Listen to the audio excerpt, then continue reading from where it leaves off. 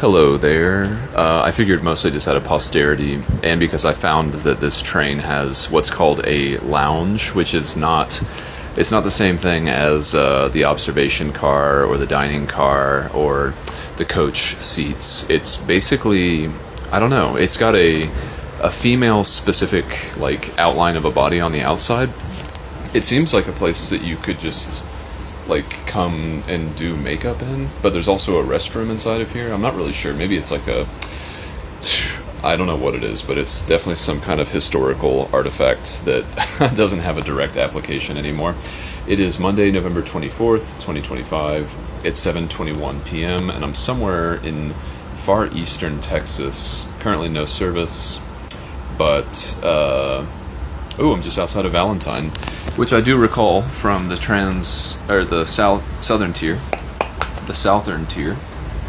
And I was just like, there was a part of me that was really enjoying thinking of prompts to ask AI Notebook LM to specifically, analyze my Book of Moron clips or something, but just like strictly with a bunch of cuss words and a bunch of more tests, in addition to some actual thoughtful insight.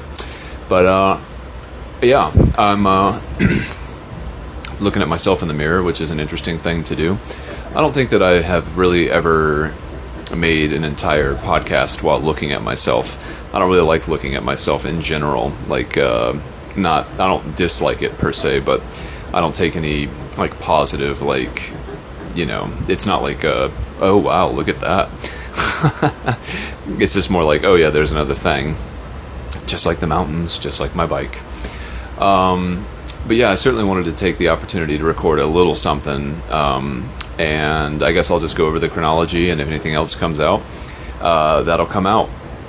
I will say in my general playing around with all of my audio clips from this trip today, there was a moment, shout out to my mom, where I engaged the critique function, which will look at things and then basically tell you how you could do something better with the source material. And it did echo a lack of structure, which I would say is actually the presence of a specific type of structure, because I'm not actually trying to craft a narrative. And I'm also not trying to tell a story per se. I mean, that happens because that's like something that's on my mind, but really this has always been an exercise of like harnessing and expressing stream of consciousness so that it makes sense to me. I've just always enjoyed opening that up to other people, so that you can kind of get an idea of how my mind works, in my most honest expression of that working. It's a moving target, and it's not a destination. It's a journey. It's a process. So yeah, there's really, you can't frame it in the same kind of a structure as you can an actual story. Like there's no definite endpoint. It's just like in medias res. Like you pop into my mind for 20, 30, 45 minutes, whatever it is, and then you pop back out, and that's what I enjoy about it. So yeah, take that, Notebook LM, take that critique, you know what I'm saying? My system is a system that it has a backbone of chaos. I don't sit down, with the exception of like my list items. I don't know what I'm going to say before I start saying it. I started to get this bubbling feeling like basically what I got when I came down here was I had the idea for how I would start the clip, and I knew that was enough.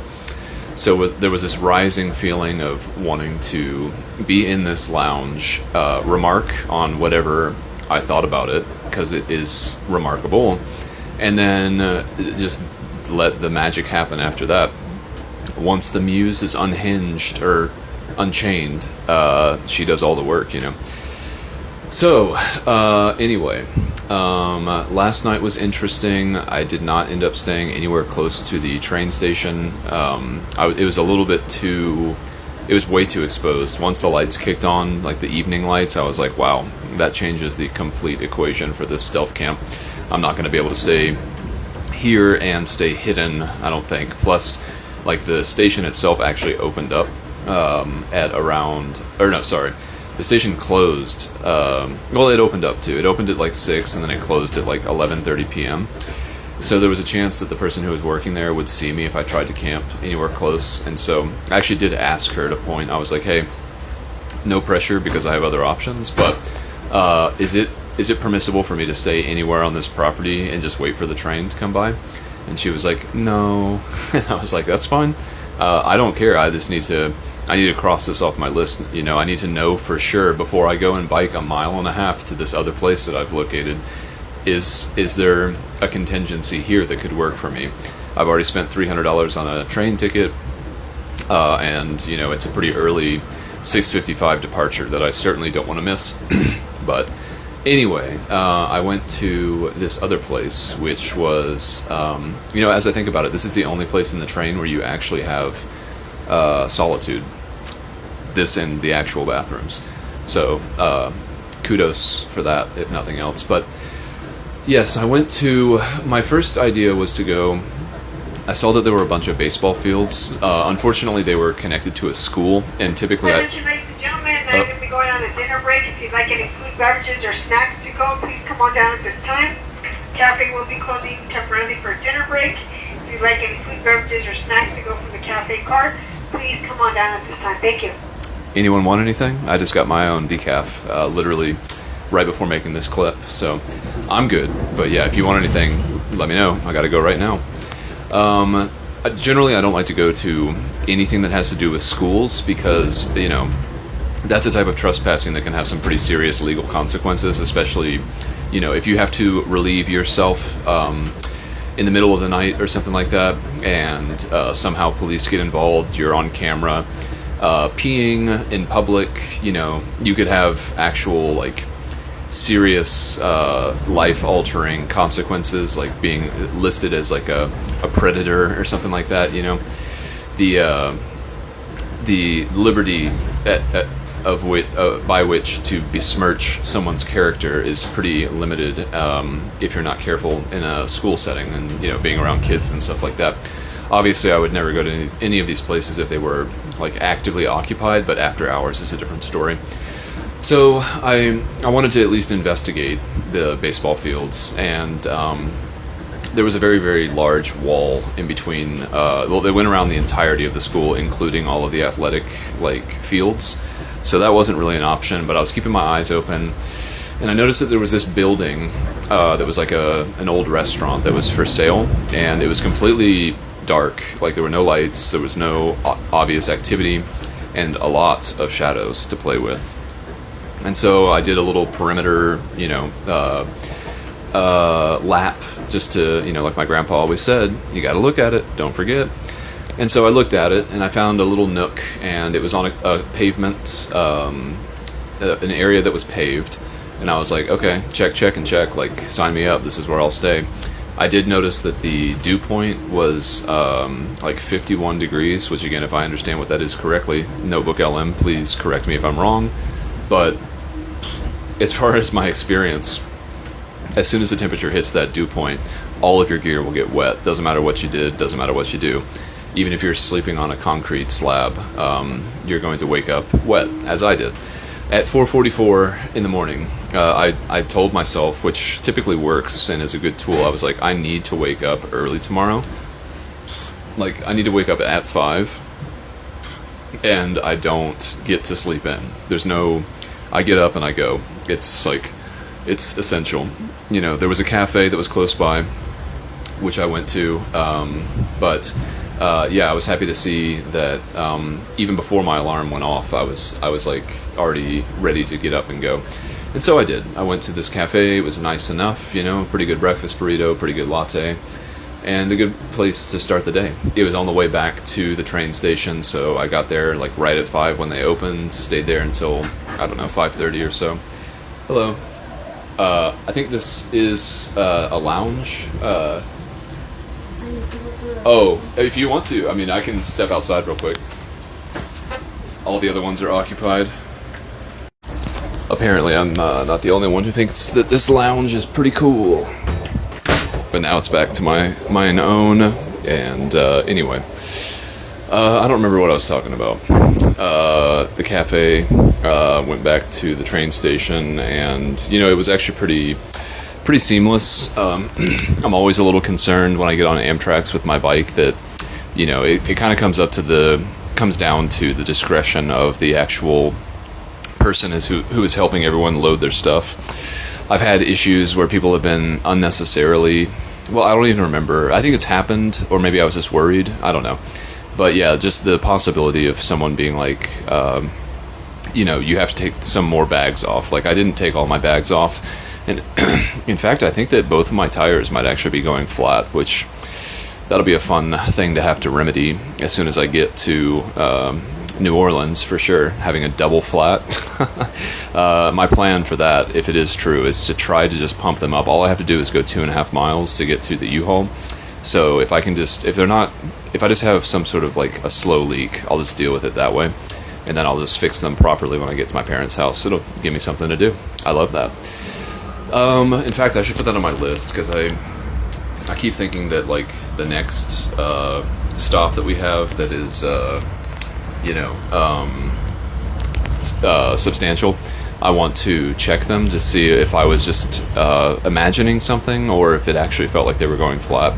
They had like a bounciness to them that I don't typically associate with like them being healthy, but maybe it's just because I took everything off my bike and the weight distribution was so different that it felt like they were flat.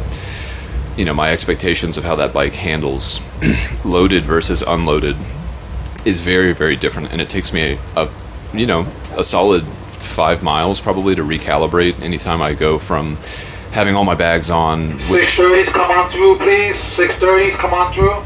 Come on through, y'all. I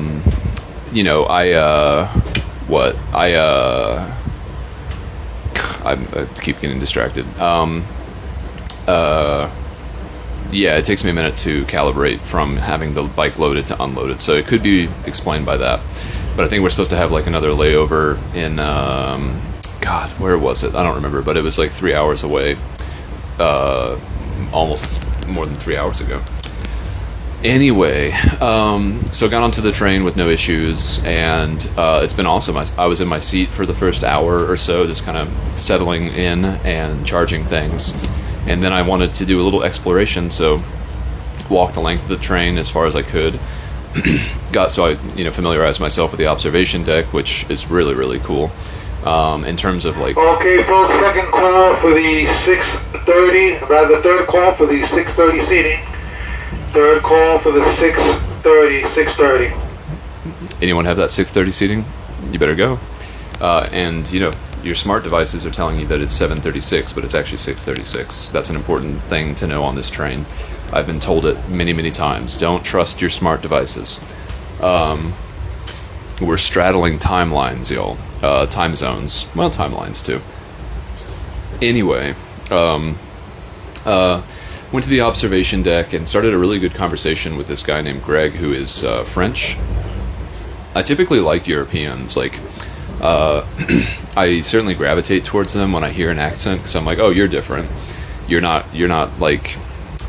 You're going to be more different than I would anticipate and prejudge. And so, if for no other reason than the fact that, like, I can't even imagine any of the places you've ever been in the country of your origin. And so the stories that you have and your reports on life are necessarily going to be data that I wouldn't likely get from someone who lives in a relatively similar place and time as I do.